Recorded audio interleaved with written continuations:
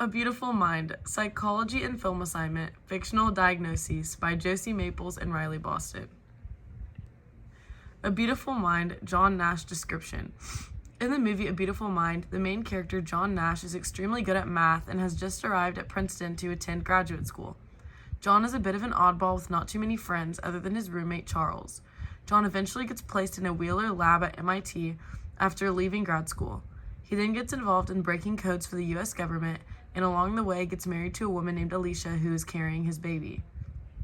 This insane plot comes back to reality when John finds out he is schizophrenic and everything that has happened with his work in the Wheeler lab and even Charles, his best friend and roommate, is all a hallucination. Throughout the movie, John goes through many ups and downs, but ends up learning to live with his illness and even wins a Nobel Prize. Diagnosis: schizophrenia. Once John's delusions began to materialize, his wife had him admitted to a psychiatric hospital where doctors then gave him his schizophrenic diagnosis. John's symptoms made his disorder relatively easy for American doctors to diagnose, since he was clearly having delusions that had not developed until he was in his late 20s. However, in different cultures, the reasoning or reality of the disorder are explained much differently. For instance, some cultures, such as the one John Nash lived in, see the disorder as an inevitable medical condition, yet others believe it as a spiritual sensation. While explanations for the disorder differ, each culture still manages to stigmatize schizophrenia in one way or another, such as believing stereotypes such as those with the disorder are inherently violent or doubting their improvement. Evidence. Two main symptoms of schizophrenia John suffers from in the movie are hallucinations and social isolation. At the beginning of the movie, while John was attending grad school, we see him isolate himself a lot by not going to class and sitting in his room. We also see John suffer from extreme hallucinations throughout most of the movie. For example, his roommate and friend Charles is a hallucination, along with the entire portion of the movie where John believes he's working with spies in the government, etc. A symptom that John did not show in the movie was forms of self-harm. Schizophrenia a lot of the time comes with depression, which leads many to self-harm.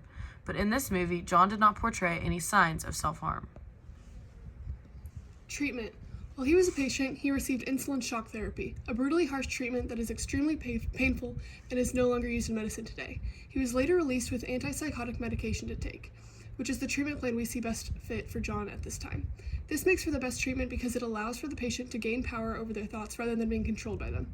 The ethical concerns for this treatment could be that the side effects can be harmful to one's thought process, as it was to John, or potentially that it is dangerous to leave the patient in charge of their own treatment. Barriers to this treatment may include lack of insurance or ability to pay. Broader perspectives. The film portrays schizophrenia from both a bystander and first-hand perspective, which gives the audience a much better understanding of how this disorder can affect both parties. Schizophrenia is a very hard disorder to comprehend due to its complexity, so it's very helpful to see the before and after of the symptoms emergence. In the movie, they portray how schizophrenia affected John firsthand while also showing how it affected his wife Alicia. The movie also showed us as an audience what living with such a disease can be like and how difficult it really is to conquer. The movie depicted the effects of schizophrenia very well while also showing how one can overcome the serious disease. Thank you. That is our presentation.